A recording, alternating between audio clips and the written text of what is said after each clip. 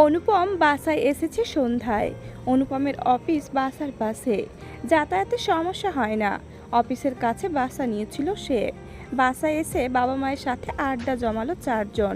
প্রিয়তা ঝালমুড়ির সাথে চা বানিয়েছে। সবাই টিভি খাবারের সাথে উপভোগ করলো। রাতের খাবার গরম করতে উঠল প্রিয়তা। এটা দেখে মিসেস পুরবী বললেন, কোথায় যাচ্ছিস? প্রিয়তা ফুপু আম্মার দিকে তাকিয়ে বলল, রাত হয়ে যাচ্ছে, খাবারগুলো গরম করে দিতে যাচ্ছি। সোফা থেকে উঠতে উঠতে মিসেস পুরবী বললেন, দাঁড়া, আমিও যাই তোর সাথে। এক জায়গায় বসে থাকতে ভালো লাগে না। আচ্ছা আসো ফুপু আম্মা, বলে রান্নাঘরে আসলো প্রিয়তা। রাতের খাবার সবাই একসাথে করলো। তারপর প্রিয়তা বাসনগুলো গুছিয়ে রাখলো। মিসেস পুরবী টেবিল গোছালেন। সব কাজ শেষ করে নিজ নিজ ঘরে চলে গেল।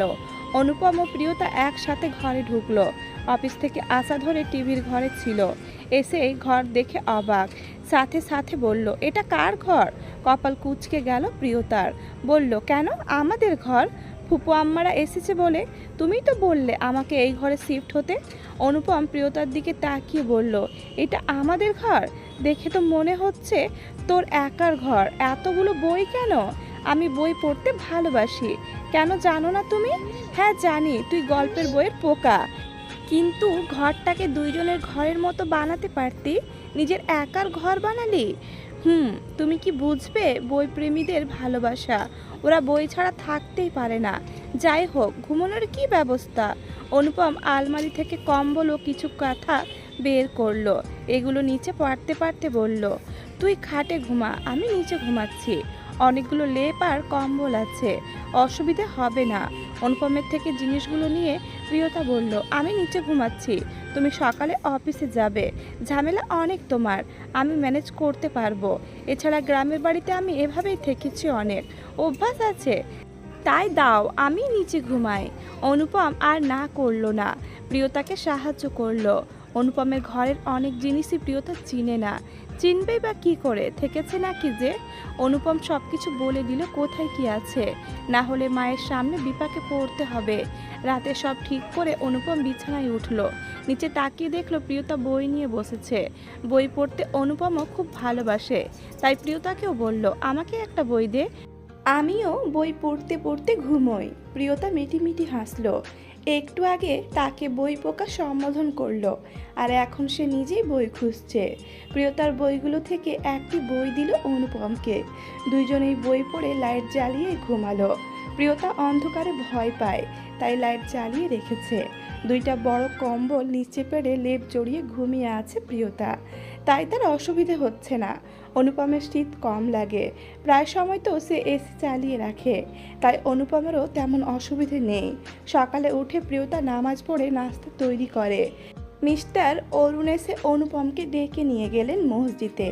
নামাজ পড়ে রান্নাঘরে এগিয়ে আসলেই মিসেস পুরবী প্রিয়তাকে নাস্তা বানাতে দেখে বললেন, আমার ছেলেকে মজার মজার নাস্তা বানিয়ে দেওয়া হয় ঠিক মতো, তাই না? স্মিত হাসল প্রিয়তা। রান্নায় পারদর্শী সে, মায়ের থেকে সব রান্না শিখে নিয়েছে। অনুপম ও মিস্টার অরুণ বাইরে থেকে একটু হাঁটাহাঁটিও করেছে, তারপর বাসায় আসে। বাসায় আসতেই প্রিয়তা গরম গরম আদা চা দেয় তাদের। অনুপমের ভালো লাগে, শীতের সকালে চায়ের মজাই আলাদা। চা পান করতে করতে মিস্টার অরুণ বলেন, শোনো আব্বাজান, আমরা কিছুদিন ঘুরবো, তারপর তোমাদের সাথে করে নিয়ে যাব বাসায়। এমনিতেও সামনের মাসে ইলেকশন, তোমরা গ্রামে থাকবা, আর তোমাদের বিবাহ বার্ষিকী আমাদের বাসায় অনুষ্ঠান করব। বিয়ে দিলাম কিন্তু ঘরে বউ উঠায়নি, ব্যাপারটা কেমন জানি দেখায়। কথাগুলো শুনে অনুপম প্রিয়তা একে অপরের দিকে তাকায়। কোথায় তারা বিচ্ছেদ চায়, আর কোথায় পরিবার তাদের মিলন চায়। কি হবে তাদের এই সম্পর্কের সমাপ্তি? কি ভালোবাসাহীন এই সম্পর্ক কি আদৌ আসল সম্পর্ক, নাকি ভালোবাসাতে পরিপূর্ণ সম্পর্কটি আসল? কথার উত্তর না দিয়ে চুপ থাকে দুইজনে, শুধু লোক দেখানো মুখের হাসি ঝুলিয়ে রাখে মুখে। পুরভী বেগম বুঝতে পারেন এদের অবস্থা। এদের মধ্যে দূরত্ব কাল থেকে সে দেখেছে। প্রিয়তা একজনকে ভালোবাসতো, এত তাড়াতাড়ি সে ভুলতে পেরেছে? না, পারেনি। মেয়েদের মন মেয়েরাই বোঝে। এখানে তো প্রিয়তা তার এক কলিজার টুকরা, তার ভাইয়ের ছোট কন্যা, তার মতোই হয়েছে। মনে মনে কিছু একটা ভেবে মন স্থির করলেন মিসেস পুরভি। সকালের খাবার খেয়ে দুপুরের জন্য খাবার নিয়ে অফিসে গেল অনুপম। প্রিয়তা এখন শ্বশুর শাশুড়ির সাথে। বাসায় আসলো রাহেলা বুবু। এসে কাজ করছে, পাশাপাশি অনেক গল্প। পুরভি বেগমও চুপ করে শুনছে। কথার ভিতর রাহেলা বাবু বললেন, আমি এখন বুঝছি আফামনি এত চুপচাপ কেন। আসলে ফুফু ধারা পাইছে। আপনি যেমন শান্ত আবার ভালো, আফামনিও তেমন আপনার মতো হয়েছে বলেই হেসে দিল। হালকা হাসলো মিসেস পুরভি। বলল, তোমার আফার জীবনও আমার জীবনের সাথে মিলে গেছে কোনো না কোনোভাবে, বলে স্মিথ হাসলো। রাহেলা বাবু বুঝলো না তেমন। প্রিয়তা পাশেই ছিল। সে তার মায়ের থেকে শুনেছে তার ফুপু আম্মার একটি অতীত আছে। বুঝতে পারল প্রিয়তা ফুপু আম্মা কেন বলেছে এই কথা। কষ্ট পেল প্রিয়তা মনে মনে। যত যাই হোক, আপাতত কাউকে কষ্ট দেওয়া যাবে না।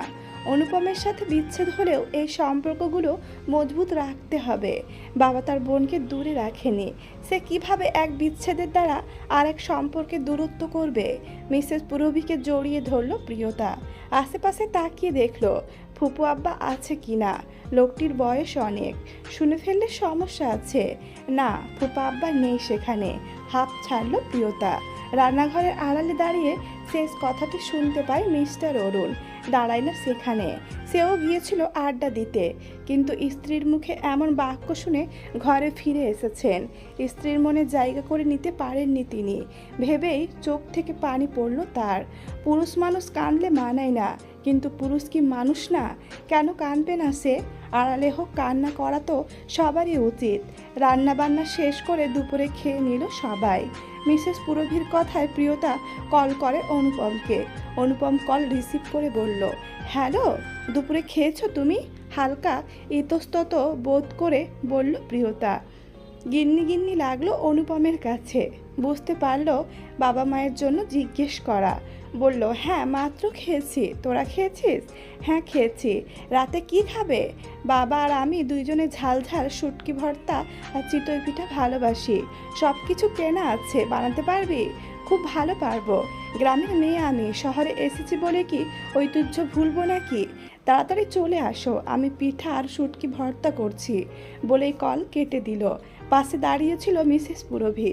বুঝলো ছেলে তার বাবার ভালোবাসার খাবার বানাতে চায়। মিসেস পুরভি বলল, শোন মা, ভর্তা আমি বানাবো। উনি আমার হাতের ভর্তা খুব ভালোবাসে। তুই পিঠা বানা, দুই মা মেয়ে মিলে রান্না করব। প্রিয়তা হাসলো। প্রিয়তা জানে ফুপা আম্মা তার ফুপা আব্বার মায়াজালে ফেসে গেছে। ভালোবাসে তার ফুপা আব্বাকে, কিন্তু মুখ ফুটে বলে না। প্রিয়তা ও মিসেস পুরভি মিলে সন্ধ্যায় পিঠা বানায়। অনুপম এসেছে অফিস থেকে। এসে ফ্রেশ হয়ে বাবার সাথে বসেছে। আড্ডা দিচ্ছে সবাই। রাতে পিঠা খেয়ে সবাই ঘরে চলে আসে। অনুপম বেলকনিতে এসেছে সিগারেট ধরাতে। প্রিয়তা বই পড়ছে। অনুপমের সিগারেট নামাতে বিরক্ত প্রিয়তা, কিন্তু অনুপমকে কিছু বলছে না। অনুপম সিগারেট খাওয়া শেষ করে ঘরে আসে। প্রিয়তা ও অনুপম মিলে বিছানা রেডি করে। ঘুমাবে এখন তারা।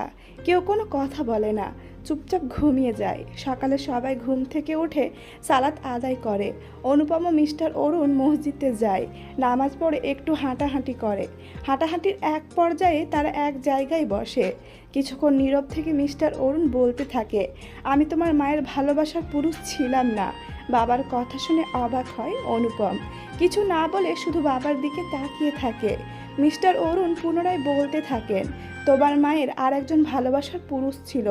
ভেবো না সে তোমার মাকে ছেড়ে দিয়েছিল। এমন কিছুই না, তোমার মাও তাকে ছাড়েনি।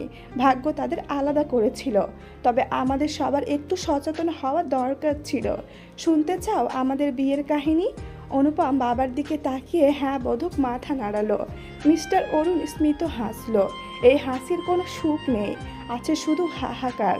সামনের দিকে শূন্য দৃষ্টিতে তাকে বলতে থাকলেন, আমি তোমার নানার বাড়ির পাশে বাড়িতেই থাকতাম।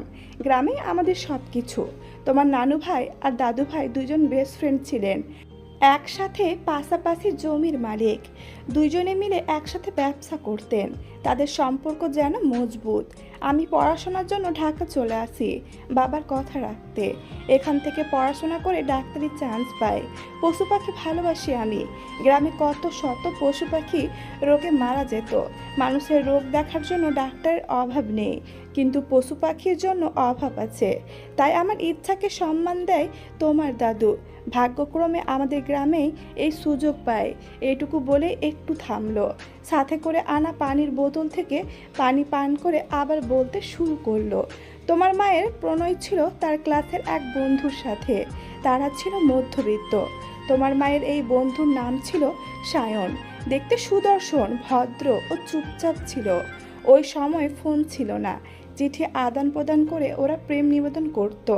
সায়নের খুব ইচ্ছে বিলেত পড়াশোনা করার, ব্যারিস্টার হওয়ার শখ ছিল তার। বাবা মাকে বলে জমি বিক্রি করে চলে যায় বিলেত।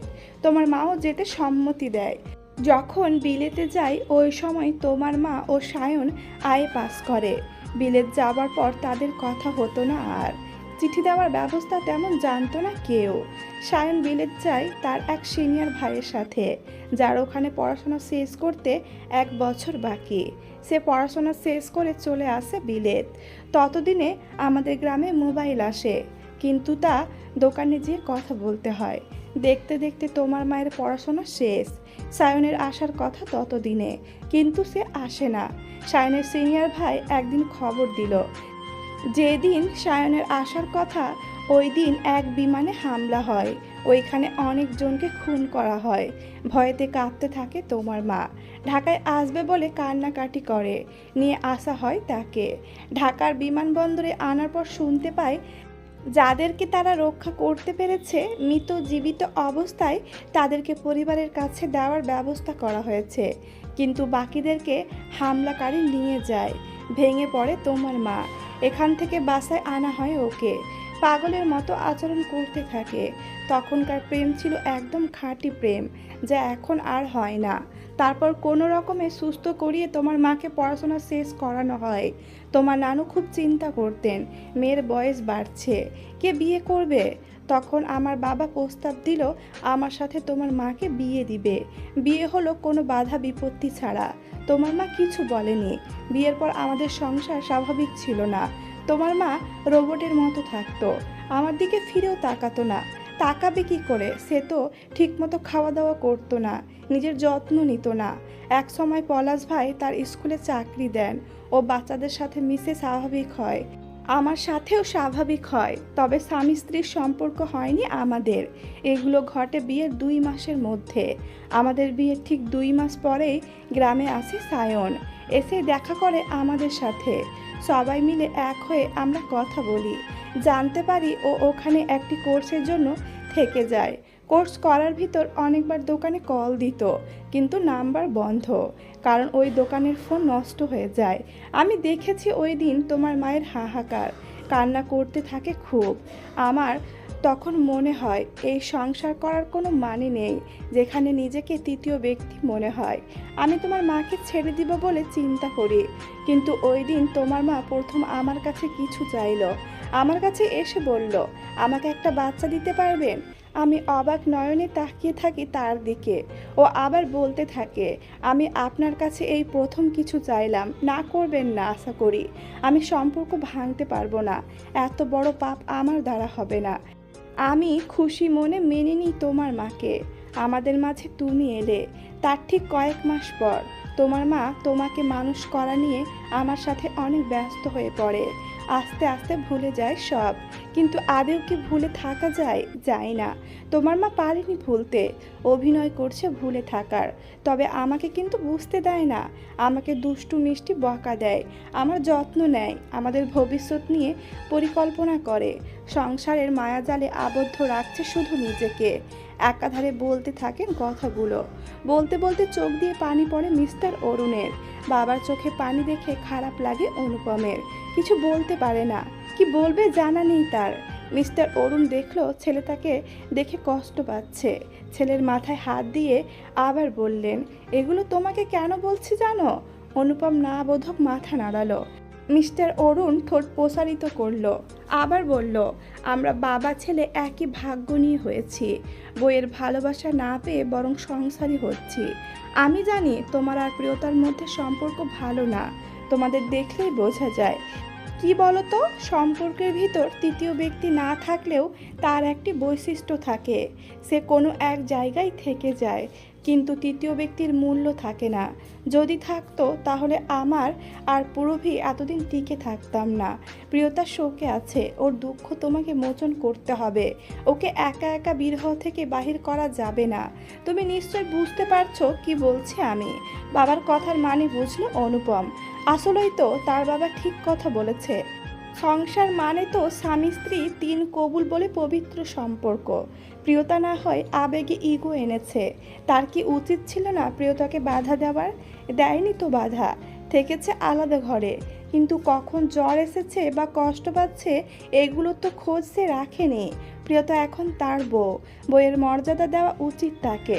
অন্যদিকে সোফায় বসে চা পান করছে প্রিয়তা ও মিসেস পুরভি চা হাতে নিয়ে বলতে লাগলেন, জানিস প্রিয়, সংসারের মায়াজালে কখন যে আমি অনুপমের বাবাকে ভালোবেসেছি নিজেও জানি না।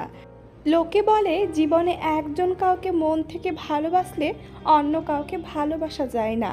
এটা পুরো মিথ্যা রে। কিভাবে ভালোবাসা যায় না বল? এই যে আমি এখনো অরুণের কথা চিন্তা করি। লোকটা বাইরে গেছে, তার হার্টের সমস্যা আছে, হঠাৎ করে বুকে ব্যথা ওঠে। বেশি হাঁটা উচিত না, কিন্তু সে হাঁটবে। জানিস আমার মনের ভিতর কী রকম তোলপাড় যাচ্ছে। আমি শুধু প্রকাশ করাতে অধম। কি করব বল, লজ্জা পাই যে। শুরু থেকে যে দূরত্ব ছিল তার মোচন করতে লজ্জা লাগে, তাই রাগ দেখিয়ে সেবা করি। লোকটা বুঝতে পারে না এই ভালোবাসা, বলে দীর্ঘশ্বাস নেয় পুরভি। প্রিয়তা জানে তার ফুপু আম্মা যত সুখ দুঃখ তাকেই বলে, কাউকে বলতে পারে না। প্রিয়তা একমাত্র যাকে মনের কথা বলতে তার 2 সেকেন্ড সময় লাগে না। মিসেস পুরভি কিছুক্ষণ থেমে আবার বলেন, স্বামী স্ত্রীর সম্পর্ক হলো আসল সম্পর্ক। এই সম্পর্ক ওপরওয়ালা থেকে ঠিক করা। যে বিনা কারণে এই সম্পর্কে ছেদ ঘটাবে সে তার শাস্তি পাবে।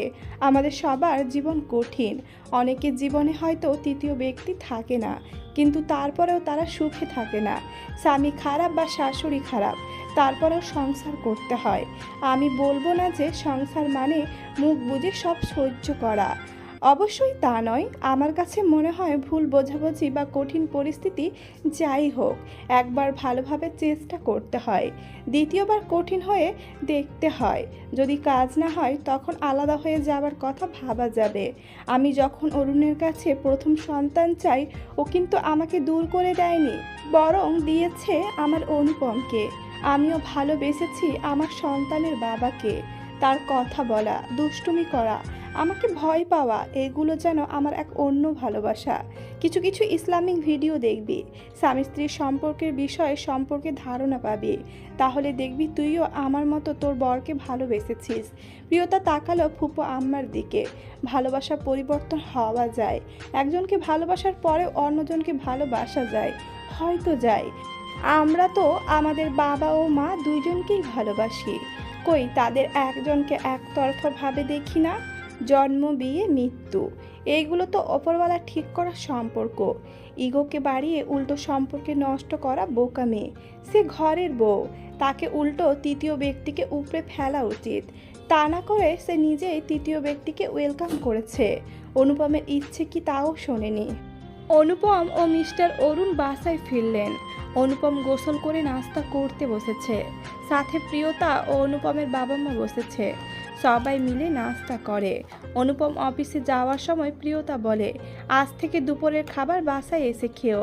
অফিস তো কাছে, 1.5 ঘন্টার ছুটি পাও। অবাক হলো অনুপম, তারপরেও বলল, আচ্ছা ঠিক আছে। হাত কচলাতে কচলাতে প্রিয়তা জিজ্ঞেস করলো, দুপুরে কি খাবে? মা বাবা যা খেতে চায় তাই রান্না কর। আচ্ছা ঠিক আছে বলে অন্যদিকে প্রিয়তা ফিরবে, ঠিক তখনই অনুপম জিজ্ঞেস করে, তোর কিছু লাগবে? প্রিয়তা না বোধক মাথা দুলিয়ে বলে, আপাতত না, তবে গ্রামে যাওয়ার আগে লাগবে।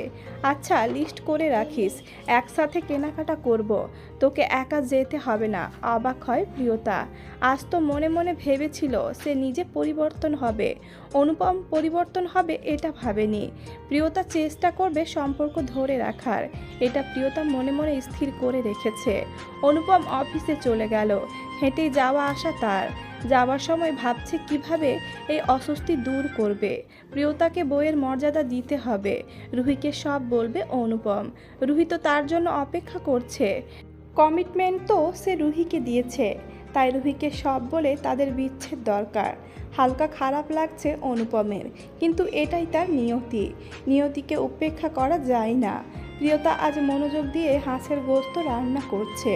অনুপম খেতে ভালোবাসে, প্রিয়তার ভালো লাগে না হাঁসের গোশত, কিন্তু অনুপম নারকেল দিয়ে হাঁসের গোশত খুব ভালোবাসে। বড় এক রাজহাঁস গ্রাম থেকে এনেছে অনুপমের বাবা মা। দুপুরে রান্না করে রাখছে, রাতে ছিটে রুটি বানাবে। শীতকালে জয়েন্ট পরিবার মানে ভিন্ন খাবারের চল, তাও আবার যদি হয় গ্রাম্য মনমানসিকতা। মিসেস পুরভি খুশি হয়েছেন খুব। তার প্রিয়কে একবার কিছু বুঝিয়ে দিলে আর কিছু লাগেই না। নিজের বুদ্ধিতে চলে সে। এই যে বরকে মেনে নিয়েছে, এখন বরের মন জুগিয়ে চলবে। রাহেলা বাবু নারকেল কুড়িয়ে দিচ্ছে। প্রিয়তার দিকে তাকিয়ে দেখল আজ প্রিয়তার মন ফুরফুরে। জিজ্ঞেস করলো, আপা আপনার মনটা আজ এত ভালো কেন? মাংস কষাতে কষাতে প্রিয়তা বলল, ফুপু আম্মা মানে আমার মন ফুরফুরে, তবে রান্নার জন্য এক্সাইটেড আছি। আজ প্রথম হাঁসের গোশত রান্না করব। তোর ভাইজান খাবে। শুধু ভাইজান খাইব কেন? তোমার তো শ্বশুর শাশুড়ি আছে, ওনাদের দিবা না? রাহেলা বুবুর কথায় লজ্জা পায় প্রিয়তা। মিসেস পুরভি বুঝতে পারেন। তিনি প্রিয়তার কাঁধে হাত দিয়ে বলে, মেয়েরা রান্না করে সবার জন্য, ভালোবেসে খাওয়ায় সবাইকে, কিন্তু মনের ভিতর খচখচ করে একজনের জন্য। তার কাছে কেমন লাগবে? সে কি ভালোবেসে খাবে কি না, এমনটা প্রথম দিকে হয়। স্মিত হাসে প্রিয়তা। রান্নাঘরে ঢুকলেন মিস্টার অরুণ। বললেন, তুমি বুঝি প্রথম প্রথম রান্নার সময় আমার জন্য এমন ভাবতে? তোমার জন্য ভাবতে আমার বয়ে গেছে। বুড়ো বয়সে বৌমার সামনে আদিক্ষেতা বলেই সরে গেলেন। প্রিয়তা মিটি হাসল। রাহেলা একটু জোরেই হাসে। এদের এই দুষ্টু মিষ্টি যুদ্ধ ভালো লাগে। ঢাকা শহরের অন্যান্য বাড়িও কাজ করে রাহেলা, দেখেছে তাদেরকে ভালো করে। ওরা মুখে মধু, অন্তরে বিষ বেশি রাখে। এখানে এদেরকে সাদামাটা ভালোই লাগে তার কাছে। দুপুরে বাসায় এসে অনুপম নামাজ পড়ে আসে সে। প্রিয়তা নামাজ পড়ে উঠল মাত্র, উঠেই দেখে অনুপম এসেছে। হালকা হাসি দিল দুইজনে। তারপর প্রিয়তা বলল, হাত মুখ ধুয়ে আসো, আমি ভাত বাড়ছি। অনুপম হাত ঘড়ি খুলতে খুলতে বলে, ঠিক আছে, বাবা মাকে ডেকে আন, আমি আসতেছি। আচ্ছা বলেই চলে গেল প্রিয়তা। দুপুরে সবাই একসাথে খাচ্ছে। হাঁসের গোশত দেখে অনুপম খুব খুশি হয়। সাথে সাথে মাকে জড়িয়ে বলে, কতদিন পর তোমার হাতের হাঁসের গোশত রান্না খাবো। মুখে পানি এসে গেছে। মিসেস পুরভি প্রিয়তার দিকে তাকিয়ে বলেন, আজকের রান্না আমি না, তোমার বউ করেছে আব্বাজান। অনুপম তাকালো প্রিয়তার দিকে। বউ কথাটা যেন আজ নবীন লাগছে তার কাছে। অবশ্য সংসার পুরনো হলেও এক হতে যাচ্ছে নতুনভাবে। প্রিয়তা সবার প্লেটে ভাত দিল। গোশত ছাড়াও কিছু সবজি রান্না করেছে। সবাই মজা করে খেলো। অনুপমকে প্রথমে গোশত দেওয়া হয়। সে প্রথম গাল নিতেই প্রিয়তা জিজ্ঞেস করে, কেমন হয়েছে? অনুপম প্রিয়তার দিকে তাকিয়ে বলে, অনেক ভালো, একটু ছিটি রুটি হলে আরও ভালো লাগতো। মিসেস পুরভি বলেন, এটা রাতে করব। গোশত রান্না করতে যে ঝামেলা, তাই আমি বলেছি রাতে ছিটে রুটি হবে। খুশি হয় অনুপম। সব থেকে বেশি খুশি হয় তাকে কিছু বলা লাগছে না। এমনিতেই প্রিয়তা তার সাথে ফ্রি হচ্ছে। এদিকে প্রিয়তার ক্ষেত্রেও তাই। অনুপম তার সাথে ফ্রি হচ্ছে, এটাই যেন তার ভালো লাগা। খাওয়া দাওয়া করে অফিসে চলে যায় অনুপম। প্রিয়তা দুপুরের ঘুম দেয়। সন্ধ্যায় কাজ শেষ করে বাড়ি ফিরে অনুপম এসে ফ্রেশ হয়ে ডাইনিং রুমে আছে। রান্নাঘরে উকি দেয়, দেখে প্রিয়তা রান্নার কাজ করছে। বাবা মা বাইরে গেছে তাদের এক কলিগের বাসায়। অনুপম রান্নাঘরে আসে। প্রিয়তার দিকে তাকিয়ে বলে, কোনো সাহায্য লাগবে? প্রিয়তা আটা মাখতে মাখতে বলে, হয়ে গেছে আমার, সাহায্য লাগবে না, তুমি এখানে বসো, প্রথম রুটি খেয়ে দেখো কেমন হয়। অনুপম পাশেই বসে, ফোনে গান চালিয়ে দেয়। রোমান্টিক গান বাজছে ফোনে। গানের কথাগুলোতে মনে মনে লজ্জা পায় প্রিয়তা। অনুপম এত কিছু বুঝে ওঠে না। প্রিয়তার বানানো প্রথম রুটি চুলা থেকে নামানোর সাথে সাথে অনুপম নিতে চায়। গরম রুটি ধরতে ছ্যাঁক লাগে অনুপমের। সাথে সাথে বলে, আউচ। প্রিয়তা তাকায় অনুপমের দিকে, বুঝতে পারেনি সামান্য ছ্যাঁক লেগেছে। ভেবেছে কিছু একটাই বাড়ি খেয়ে ব্যথা পেয়েছে। সাথে সাথে অনুপমের হাত নিজের কাছে আনলো, জিজ্ঞেস করে কি হয়েছে, খুব লেগেছে? অনুপম তাকালো প্রিয়তার দিকে। মেয়েটা তার জন্য কিছুটা হলেও ভাবে, তাহলে সে ভুল কিছু করছে না, ঠিকই আছে তার সিদ্ধান্ত। উত্তর না পেয়ে ভুরু কুঁচকে তাকায় প্রিয়তা, বলে কি হয়েছে বলো। হুঁশ ফিরে অনুপমের, বলে তেমন কিছুই না, রুটি নিতে গিয়ে ছ্যাঁক লাগে সামান্য। বিরক্ত হয় এবার প্রিয়তা, হাত ছেড়ে বলে এর জন্য এভাবে কেউ চিল্লায়? আমি ভাবছি কি না কি। ধুর, ভয় পাইয়ে দাও তুমি, বাচ্চাদের মতো কাজ। অনুপম কিছু বলে না, চিৎকার একটু জোরেই দেয়, কি আর করার, ভয় তো পাওয়ারই কথা। যে জোরে চিল্লানি দিল। অনুপমের বাবা মা এসেছেন, সবাই একসাথে খাবার খেতে বসে, মজা করে খেয়ে গল্প করেন তারা। মিস্টার অরুণ বলেন 1 সপ্তাহ পরে গ্রামে যাব, তোমরাও যাবে সাথে? দুইজনে একসাথে মিলে বলে ঠিক আছে যাব। রাতের আড্ডা শেষ করে ঘরে আসে অনুপম ও প্রিয়তা। কিছুক্ষণ চুপ থেকে অনুপম বলে তোকে আর নিচে ঘুমাতে হবে না, খাটে অনেক জায়গা, এখানে ঘুমা তুই। প্রিয়তা আমতা আমতা করে বলে আজ থেকে খাটেই ঘুমাবো, নিচে ঠান্ডা খুব। দুইজনে অস্বস্তি কাটাতে পারে না, তারপরেও চেষ্টা করছে তারা। প্রিয়তা গল্পের বই নিয়ে খাটের এক কোণায় পড়তে থাকে। অনুপম দেখে কিছুক্ষণ, হঠাৎ বলে ওঠে একসাথে মিলে গল্পটা পড়লে ভালো হতো, তুই পড় আমি শুনি। ঠিক আছে বলেই দুইজনে সামান্য কাছে আসলো। দুইজনের দূরত্ব যেন মাত্র 10 ইঞ্চি। প্রিয়তা গল্প পড়তে থাকে, অনুপম মনোযোগ দিয়ে শুনতে থাকে। কিছু কিছু সময় অনুপম প্রিয়তার দিকে তাকায়, ইচ্ছে করেই তাকায়, খারাপ লাগলেও তাকাতে হবে, দূরত্ব মোচন করতে হবে।